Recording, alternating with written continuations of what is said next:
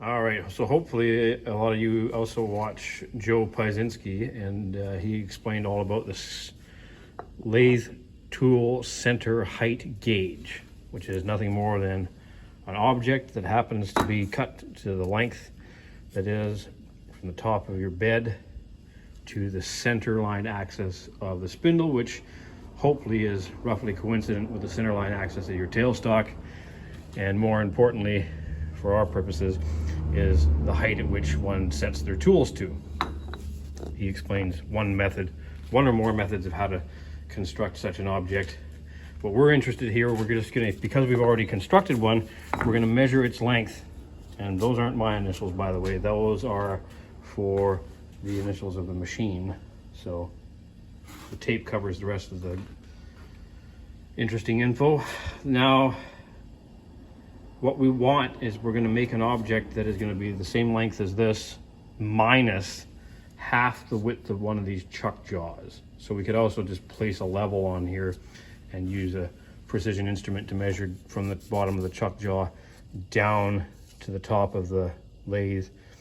And the irksome thing is the ways, or that flat surface there, stops before we get to the chuck jaws. So we're gonna have to pick up on this less than precision surface, which is okay. It's about 50 thousandths of an inch below this height. So it's actually gonna be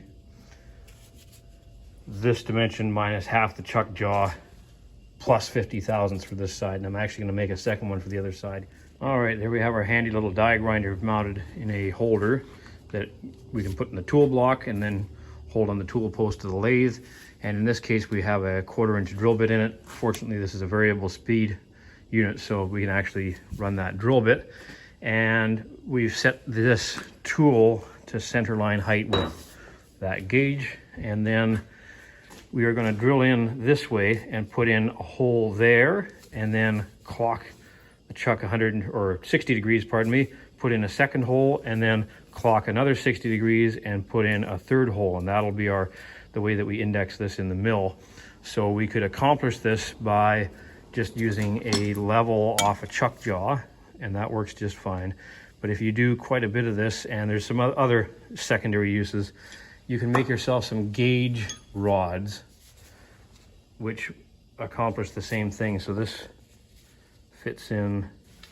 We have one for the near side and one for the far side of the lathe, because on one side we have to pick up on this surface here, and on the other side this ground surface, which is 50 thousandths of an inch higher than this unfinished surface. So we have the near side rod, got a little end on it, and we've relieved the bottom end ever so inelegantly just to get in on the bed. And you just push that up against the underside of the chuck jaw, get it as close to 90 degrees to everything as you can, and there it is. There's the first index.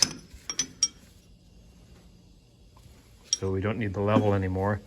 Then we use the far side rod and we index off of that jaw. And of course it's difficult to do one-handed, but you get the idea. So we've got our first jaw level there, swings 60 degrees to get that jaw level there, and then we will then move another 60 degrees and use the near rod to pick up that level there. 3 holes are going to go in, each 60 degrees apart. It'll be great. So there's the first hole in, and then we've moved the chuck around 60 degrees.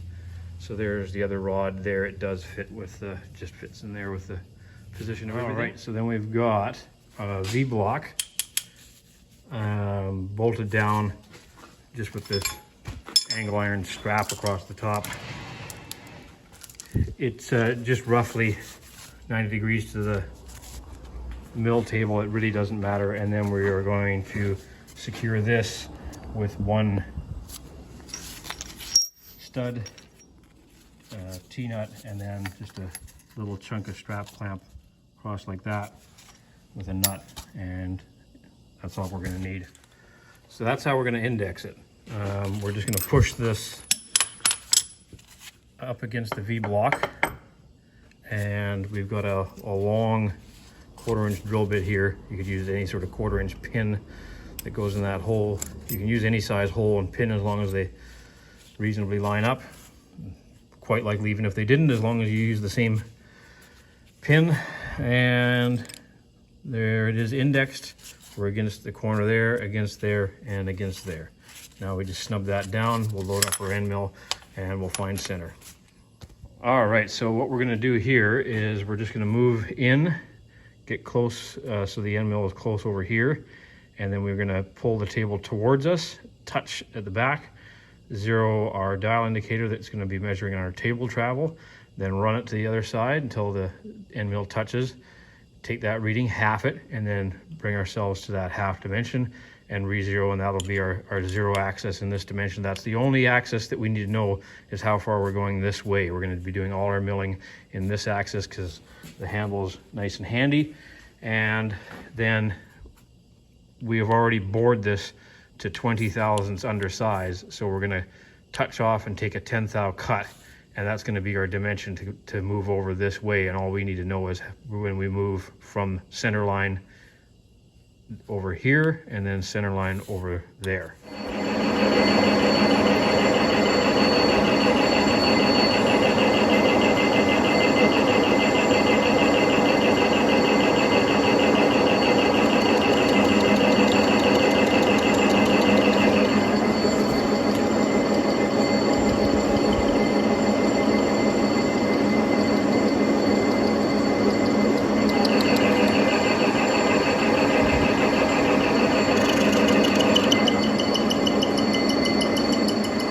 That dial indicator is going to capture our zero there because of the way it moves, and that dial indicator captures the other move.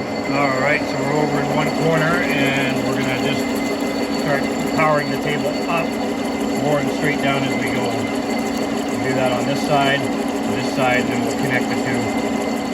There we go. We're putting the second sort of corner in there, and with this end mill holder, it just makes it to the depth I want.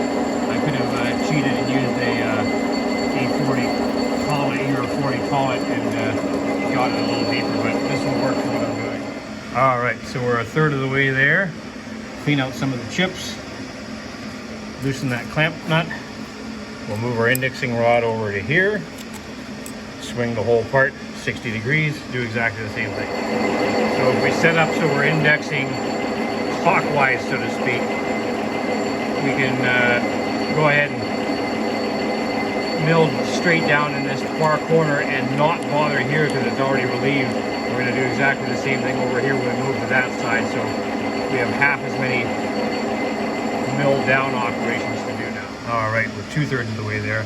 I actually misspoke earlier. I should have started in that middle hole, and if I had started sort of in, what would it be, this corner, bored down, done my thing, jumped over to this corner, created that, ended there, index once clockwise, I could work my way back over here and then index anti-clockwise, and I'd be able to do the whole thing with fewer movements. But there's probably other ways to do it. Hopefully you understand.